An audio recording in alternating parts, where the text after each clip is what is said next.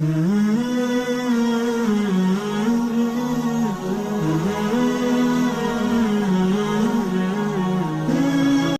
سے ہم لذات کے پیچھے نہ پڑیں. لذت جی مقصود نہیں ہے، محبوب ضرور ہے. یہ مقصود نہیں، مقصود تو اللہ کا حکم پورا کرنا ہے.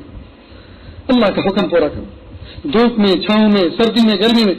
اسی لیے تو اگر لذت اور یہ سب چیزیں ہوتی تو اللہ رب العزت رمضان کے روزے کبھی سردی میں، کبھی گرمی میں، کبھی برسات میں، کبھی دھوپ میں، کبھی چھاؤں میں، اس طرح سے فرض نہیں کرتے ہم پر. اس لیے کہ اس سخت موسم کے اندر کتنے لوگ ہوں گے جی جو سوچ رہے ہوں گے کوئی گنجائش نکل آئے، کوئی گنجائش نکل آئے. دوستو اللہ کا کرم ہے، یہاں تو پھر بھی روزہ بہت چھوٹا ہے. انگلینڈ میں سنا یو کے اندر وہاں 2-3 گھنٹے روزی کھاؤ اور باقی 24 گھنٹے روزہ. روزی کھانے کی کم اور روزہ زیادہ، یعنی 2-3 گھنٹے بس افطار کے ہوتے ہیں، اس کے بعد روزہ. کتنا لمبا روزہ، 20-20 22-22 گھنٹے کا روزہ. اللہ اکبر کرتے وہ بھی تو انسان ہے، اور اس کے ساتھ وہ اپنے جاب پہ جاتے ہیں، شوق پہ جاتے ہیں، کام کرتے ہیں. اللہ رب العزت نے بہرحال جس حال میں رکھے اللہ پاک اس پر راضی رہنا چاہیے. تو اللہ تعالیٰ سے دعا ہے کہ اللہ رب العزت اللہ کے جتنے احکام ہیں اللہ ہماری طبیعت ثانیہ بنا دے، اللہ تعالیٰ ہمیں اس میں رسوخ عطا فرما دے، اور اللہ تعالیٰ غفلت بھری زندگی سے ہماری حفاظت فرمائے. دوستو پوری کوشش اس بات کی کریں ہم اللہ کو روٹھے ہوئے رب کو منا لیں. اور جب ہم اس بات کی کوشش کریں کہ اللہ ہم سے ناراض نہ ہو تو اس بات کا بھی اہتمام کریں ہمارے ماں باپ بھی ہم سے ناراض نہ ہو، ہمارے استاد ہمارے شیخ بھی ہم سے ناراض نہ ہو، جی ہمارے ملنے والے بھی ہم سے ناراض نہ ہو. اس لیے کہ ناراض رہ کر ہم کبھی بھی کامیاب زندگی نہیں گزار سکتے. ہم کسی کو ناراض کر کے کامیاب زندگی نہیں گزار سکتے. جب آپ کسی کو ناراض کریں گے تو آپ کے دل میں وہ ایک چبھتا رہے گا کانٹا، آپ کی سوچ وہی اٹکی رہے گی یار وہ ناراض ہے. جب جب دعا کا موقع آئے گا، جب جب دعا کے لیے ہاتھ اٹھائیں گے تو پھر آپ کو خیال آئے گا میری اس سے بولا چالی بند ہے، میری اس سے گفتگو بند ہے. قطع رحمی کرنے والے، صلہ رحمی کا خیال نہ رکھنے والے کی دعائیں سر سے اوپر نہیں اٹھا کرتی، مغفرت روک لی جاتی ہے. تو اب بھلا کیا فائدہ ہوگا؟ تو جب اس بات کا خیال بار بار آئے گا تو دعا میں بے کیفی ہوگی نا. اس لیے کوشش اس بات کی کریں ہم سے کوئی ناراض نہ رہے. اپنی طرف سے پوری کوشش اس بات کی کریں ہم اللہ کو بھی راضی کریں، اور جو ہمارے صلہ رحمی کے حقوق ہیں اور جو معاملات ہیں ان کو بھی ہم کلیئر کر کے رکھیں. کئی مرتبہ بچے فارغ ہو جاتے ہیں اور دور حدیث کے سال میں پورے سال آپس میں گفتگو نہیں کرتے، اور جس وقت اٹھ کے جاتے ہیں پھر زندگی میں کبھی ملتے بھی نہیں. تو زندگی کا اختتام کتنا برا ہوا. حضرت مولانا ابراہیم صاحب دلیمی رحمۃ اللہ علیہ نے ایک مرتبہ جس سال ہم فارغ ہو رہے تھے اس میں گفتگو فرمائی، بیان کیا مختصر سا. اس میں فرمایا کہ دیکھو آج آسمان کی چھت کے نیچے آپ سب کے سب جس طرح بیٹھے ہوئے ہو اب زندگی میں کبھی بھی اس طرح سے جمع نہیں ہو سکتے.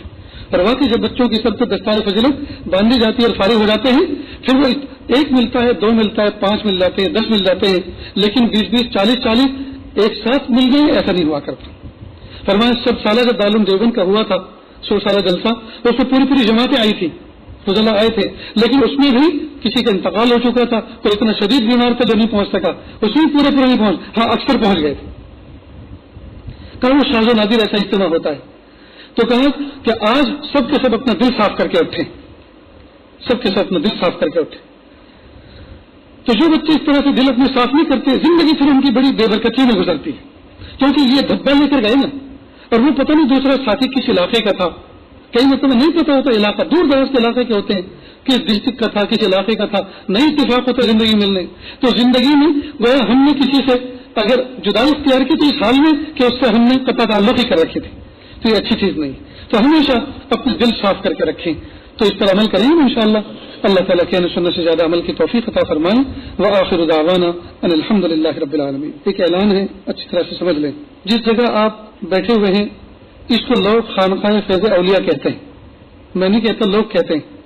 تو رمضان مبارک میں پہلے عشرے کے اندر یہاں جو ہمارے اکابر اساتذہ نے، مشائخ نے جو سبق دیا ہے اس سبق کو ہم دہراتے ہیں، جو باتیں پڑھی ہیں سیکھی ہیں اس کو سمجھانے کی کوشش کرتے ہیں، اعمال پر اپنے نگاہ رکھتے ہیں. تو ایک حلقہ لگتا ہے گویا تربیت کا. لہذا پہلے 10 دن کا پہلے عشرے کا قیام رہے گا. لہذا اگر خواہش مند حضرات آنا چاہتے ہیں تو کچھ باتوں کا خیال رکھیں. اپنی آمد کے بارے میں 21 اپریل 2019 کے بعد خانقاہ کے نمبر پر جو نمبر دیواروں پر لگا ہوا ہے اس پر اطلاع کر دیں. نیز یہاں انتظامیہ کی طرف سے یہ بھی ہے کہ اپنی عمر یہ بھی لکھوائیں، آنے اور واپسی کی تاریخ اور افراد کتنے ہیں ساتھ میں آ رہے ہیں وہ بھی لکھوائیں تاکہ انتظام میں سہولت رہے۔ موسم کے اعتبار سے ہلکا پھلکا رستہ اور اگر کوئی دوائی استعمال کرتے ہوں تو ساتھ لے کر آئیں۔ کئی مرتبہ آدمی کوئی ایسی دیسی دوائی استعمال کرتا ہے کہ وہ جو وہاں ملتی بھی نہیں ہے، اس کے اجزا بھی نہیں ملتے، تو دوسرا کئی مرتبہ انگریزی دوائی بھی ایسی ہوتی ہے جس علاقے کے ڈاکٹر نے تجویز کی اسی کے بغل میں جو دکان ہوتی ہے وہ وہیں ملتی ہے، دوسری جگہ ملتی بھی نہیں ہے، اس لیے وہ ساتھ میں لے کر آئیں۔ آئی ڈی پروف ضرور ساتھ رکھیں، جیسے آدھار کارڈ یا ووٹنگ کارڈ ساتھ میں رکھیں۔ واپسی کا ٹکٹ اپنے مقام سے ہی بنوا کر لائیں، یہاں اس کی سہولت نہیں ہے۔ نابالغ بچے نیز معذور، سخت بیماری میں مبتلا اور وہ حضرات جنہیں دوسروں کی خدمت کی ضرورت پڑتی ہو براہ کرم وہ آنے کی زحمت نہ کریں بلکہ اپنے مقام پر ہی عبادات میں مشغول رہیں۔ ہم ان کے لیے دل کی گہرائیوں سے دعائیں کرتے ہیں۔ جو آدمی دوسرے کے سہارے کا محتاج ہوتا ہے، جی اب وہ اکیلا چلا تو آ گیا تو اس کو پہنچا کے تو چلا گیا، لیکن یہاں ان کو ہاتھ پکڑ کے چلنے کی ضرورت پڑتی ہے، نہیں کیا پتہ کوئی آدمی تیار نہ ہو اس طرح دوسرا خدمت کرنے، اس لیے ایسے معذور افراد کو اپنے گھر پر ہی رہنا چاہیے۔ اصل میں ہوتا کیا ہے، کئی مطلب سوچتے ہیں کہ یہ 10 دن کے لیے کہیں چلے جائیں تو 10 دن تو مصیبت ہلکی ہو، یہ نیت کا کھوٹ ہوتا ہے، یہ بہت بری بات ہے۔ اسی طرح نابالغ بچے، اب یہاں کوئی کھیل کود کی جگہ تو نہیں کہ بچوں کو کھلایا جائے گا، ان کو لوری سنائی جائے گی۔ دوسری بات یہ کہ بچے پیشاب کر دیں، ان کی ضرورت ہوتی ہے، ماں اس کی ضرورت کو پورا کرتی ہے، ابو کو آتی بھی نہیں ہے، جی تو اس لیے نابالغ بچے بھی ساتھ میں نہ آئیں۔ بس اس اعلان کا ذرا خاص خیال رکھیں۔ کچھ حضرات نے بیان سے پہلے کہا تھا کہ ہم توبہ طائب ہو کر زندگی گزارنا چاہتے ہیں، تو یہ آج توبہ کے کلمات پڑھاتا ہے، میرے پیچھے پیچھے اخلاص کے ساتھ توبہ کی سچی نیت سے زندگی بدلنے کے ارادے سے کلمات پڑھیں۔ بسم اللہ الرحمن الرحیم، لا الہ الا اللہ محمد الرسول اللہ صلی اللہ علیہ وسلم، اشہد ان لا الہ الا اللہ واشہد ان محمدا عبدہ ورسولہ، استغفر اللہ ربی من کل ذنب واتوب الیہ، استغفر اللہ ربی من کل ذنب واتوب الیہ، وصلی اللہ تعالی علی خیر خلقہ محمد وعلی آلہ واصحابہ اجمعین برحمتک یا ارحم الراحمین۔ اللہ کا شکر، یہ کلمات پڑھنے کے بعد توبہ طائب ہو گئے، اللہ تعالیٰ اس توبہ کو قبول فرمائے۔ اب روزانہ کے جو معاملات ہیں ہلکے پھلکے وہ سمجھ لیں، ایک تسبیح استغفار کی، ایک درود شریف کی اور ایک تیسرے کلمے کی صبح شام پڑھیں، انہیں کو 6 تسبیح ہوں گے، استغفار، درود شریف اور تیسرا کلمہ۔ نیز قرآن پاک کی تلاوت کریں پاؤ پارا اہتمام کے ساتھ، نمازوں کا اہتمام کریں آگے پیچھے کی سنتوں کے اہتمام کے ساتھ۔ یہی کرنے کے کام، نہ کرنے کے کام میں غیبت نہ کریں، بدنگاہی نہ کریں اور کسی کو تکلیف نہ پہنچائیں، اپنی ذات سے ادنی تکلیف بھی کسی کو نہ پہنچے، نہ قلم سے، نہ زبان سے، نہ قدم سے، اس کا خاص خیال رکھیں۔ تو کریں گے نا انشاءاللہ، اللہ عمل کی توفیق عطا فرمائے۔ دعا سے پہلے مراقبہ کر لیں، آنکھوں کو بند کر لیں، سر کو جھکا لیں، دنیا میں جو کچھ ہے اس سے ہٹ کر کے اللہ کی یاد میں ڈوب جائیں، نیت کریں اللہ کی رحمت آ رہی ہے، میرے دل میں سما رہی ہے، میرے دل سے گناہوں کی ظلمت و سیاہی دور ہو رہی ہے، میرا دل کہہ رہا ہے اللہ اللہ اللہ۔ دل مغموم کو مسرور کر دے، دل بے نور کو پر نور کر دے، دل مغموم کو مسرور کر دے، دل بے نور کو پر نور کر دے، فروزہ دل میں شمع طور کر دے، یہ گوشہ نور سے معمور کر دے، میرا ظاہر سر جائے الہی، میرا ظاہر سر جائے الہی، میرے باطن کی ظلمت دور کر دے، میں وحدت پلان خمور کر دے، محبت کے نشے میں چور کر دے، نہ دل مائل ہوں میرا ان کی جانب جنہیں تیری عطا مغرور کر دے، نہ دل مائل ہوں میرا ان کی جانب جنہیں تیری عطا مغرور کر دے، ہے میری گھات میں خود نفس میرا، ہے میری گھات میں خود نفس میرا، خدایا اس کو بے مقدور کر دے، خدایا اس کو بے مقدور کر دے، دل مغموم کو مسرور کر دے، دل بے نور کو پر نور کر دے، اے خفت دل بیدار شو بیدار شو بیدار شو، اے سوئے ہوئے دل جاگ جا جاگ جا جاگ جا، دریاد حق مشغول شو مشغول شو مشغول شو، کب تک غفلت میں پڑا رہے گا، اللہ کی یاد میں مصروف ہو، بہت وقت گزر گیا، رہا میں دن رات غفلتوں میں اور بس یوں زندگی گزاری، رہا میں دن رات غفلتوں میں اور بس یوں زندگی گزاری، کیا نہ کچھ کام آخرت کا، کٹی گناہوں میں عمر ساری، سر جھکاتا ہوں میرے مولا، میں توبہ کرتا ہوں میرے باری، ہر دم کروں گا اے میرے باری، اللہ اللہ اللہ اللہ اللہ اللہ اللہ اللہ، مثل نفس اب رکھوں گا جاری، اللہ اللہ اللہ اللہ اللہ اللہ اللہ اللہ۔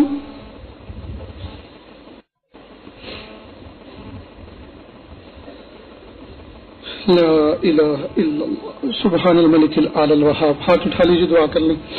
بسم اللہ الرحمن الرحیم، اللہم صلی علی سیدنا محمد وعلی آل سیدنا محمد وبارک وسلم، لا احصی ثناء علیک انت کما اثنیت علی نفسک، رب اغفر وارحم وانت خیر الراحمین، حسبی اللہ لا الہ الا ہو علیہ توکلت وهو رب العرش العظیم۔ پیارے اللہ، ہم ظاہر میں آپ کے بندے اور بندیاں ہیں، حقیقت میں نہایت گندے ہیں، اللہ ہمارے دلوں کی گندگی کو دور فرما، ہمیں اپنی بندگی کا سلیقہ عطا فرما، شرمندگی والے کاموں سے ہماری حفاظت فرما، برے دن سے بری بات سے بری رات سے برے انجام سے ہماری حفاظت فرما، سوء خاتمہ سے ہماری حفاظت فرما۔